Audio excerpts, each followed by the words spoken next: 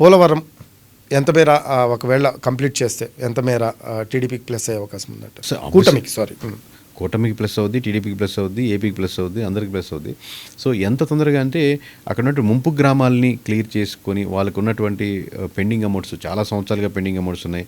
ఇప్పుడు వాళ్ళకి పెళ్ళిళ్ళు అయిపోయినాయి, పిల్లలకి మళ్ళీ పిల్లలు పుట్టి కూడా పెద్దోళ్ళు అయిపోయారు. ఇప్పుడు మన ఫ్యామిలీలో ముగ్గురికి ఎంత ఇవ్వాలి? 10,000 అనుకోండి. ఇప్పుడు ఆ 8 మంది అయి ఉన్నాం మనం. ఎందుకంటే మీకు మ్యారేజ్ అయింది, మీకు మ్యారేజ్ అయింది, నాకు మ్యారేజ్ అయింది.